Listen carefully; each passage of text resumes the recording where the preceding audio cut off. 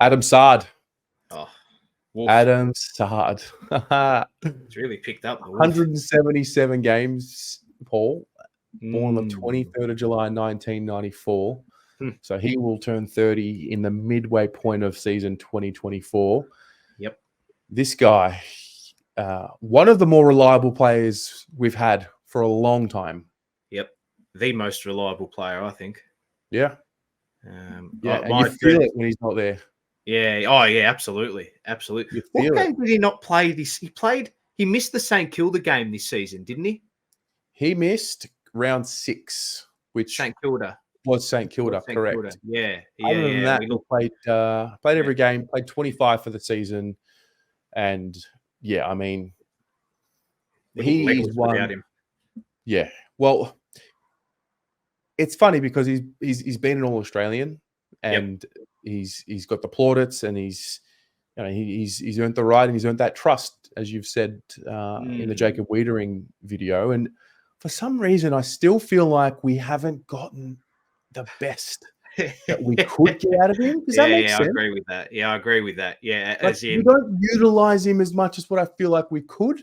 Yeah, I know what you mean. It's the whole 30 disposals, 8 marks, a goal, a few goal assists, a few intercepts to go with that as well. Like really, like a best on ground performance multiple times.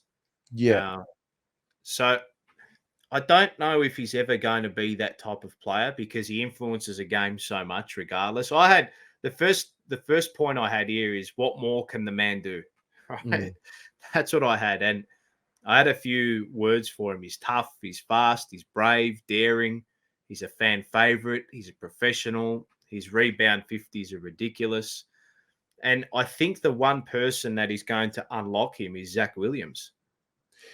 Yes. That's what I had here, because if you look at that back line, if they do opt to go with this type of attacking, with the type of attacking back seven that's made up of Doherty, Saad, Williams, Newman, you can't match up on all of them. So someone's going to have to eventually break the chain. The one thing I'm looking at here is can he find more ahead of the ball? As in, can he get the ball forward of centre when we have, when we potentially lock the ball in our front half and get those front half intercepts? Can we get him on the ball in that area of the ground?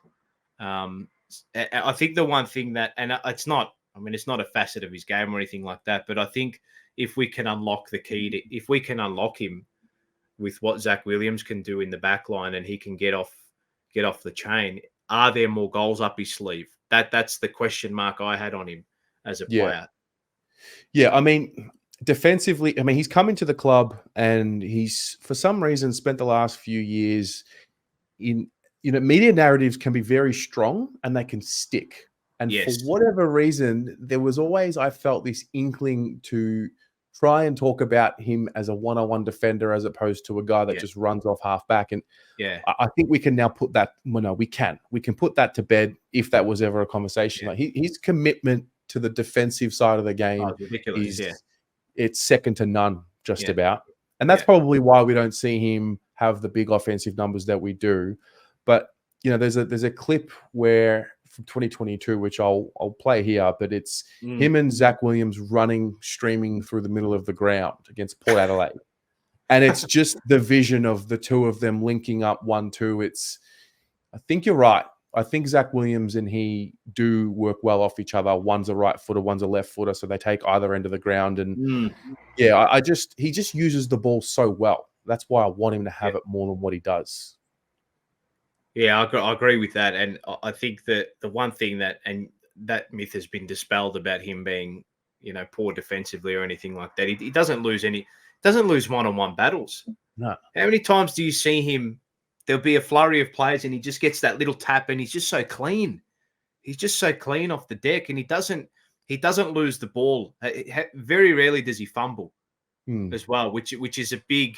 I know it can be such a minuscule thing, but for me, like not fumbling the ball in those situations is massive.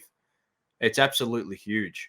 So I think Zach Williams is the key to unlocking him getting further up the ground and being a lot more attacking than what he has been, because I don't know what I'd like to see what his running bounces are from 2022 compared to 2023. And I know our on-field form as a club and team was better than it was in 2022. But for me, I'd like to see him get ahead of the ball a lot more than he does at the moment. That's the only. It's not a gripe.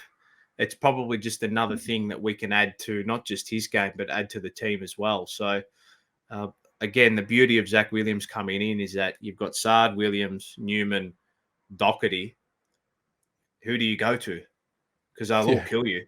Yeah, that's the thing. Who do you go to? Pick your poison. If you go to Saad, Williams will carve you up by foot. If you go to Williams, Newman will carve you up by foot, and then there's Saad to deal with as well. So the weighted numbers across that half back line, it's huge too. And then if it gets to a point where we've got too many defenders, we know Williams can move onto the ball for bits and pieces too, and so can Doc, which we saw this year. Yeah. No, look, it's an interesting conversation. He's also in that bucket of that category of earned the trust, and Saadi would just do Saadi. He's such a professional. He's such a leader. I mean, he's a leader off the field. He's a leader in his community. I would put him in the category of leader on the field. I know he's not leader by title, vice captain or anything like that, but I think he's definitely a leader on the field. And you look at the profile of the list, there are not going to be that many 30-year-olds at the end of next year, and he will be one of them, one of two or three, I think. So, he's always pictured when he first came to the club, always pictured him moving into that like Bashar Hawley type player for us, what Richmond had. And so, it's just more of the same for Saadi. Although I would probably say to the rest of the group, just get the ball in his hands a bit more, because so we can woof a little bit more, because get him on the end of change, on those attacking change from half back.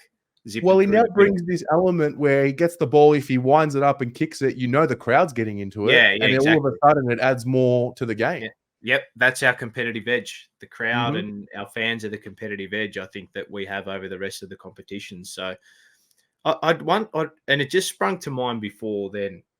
I wonder what he said in that huddle post game against Brisbane. Glad you brought that up. It's a good point. I wonder what he said. That was profound. He's not one of those players that I put in that mold, right? And when I saw that really surprised me, because they were locked in on him. I'd love to know what was said. I don't know if he ever does a press conference during the pre-season, and I can get down to it. I might ask him. No, in fact, I will ask him. What did you say? What did you say to the group post game after that loss to Brisbane in the prelim? You don't have to tell us the exact words or anything like that, but just give us an inkling into what you told them all. I'm glad you reminded me about that, because I felt I don't think none of us have seen him, I guess, publicly. Maybe internally he's a little bit more vocal with the group, but that image of him addressing the group in that way and commanding that respect and everyone eyes on him, that's for me what I hope is another layer of comfort between the group and him this year. And I don't know what the relationship is like on the inside. I'm sure they're all, there is a level of tightness that they all have. I don't know how, and I'm sure he's well respected on the inside, but to see him be a bit more vocal like that is, for me, it felt like an important moment. It was a poignant moment, definitely. I think for his stature within the fan base at the club, I think we all knew how important he was on the field and what he provides us from a football perspective with ball in hand. But I think that aspect no one really had an idea about. You do when you look at performance, obviously, but to see him do that as well, and I know it could be a small thing, but it looked good. It was a good look. Yeah. So that was probably the moment for me. It's funny, all the football that they play, and everything they do ball in hand, which gets highlighted. That was the thing that stood out for me for him in season 2023. I don't know what does that look like going forward. I don't know. Yeah. Well, ladies and gents, leave us a comment. Yep. What do you think about Adam Saad? How did you view his season in 23, and how do you view him moving into season 2024? Let us know.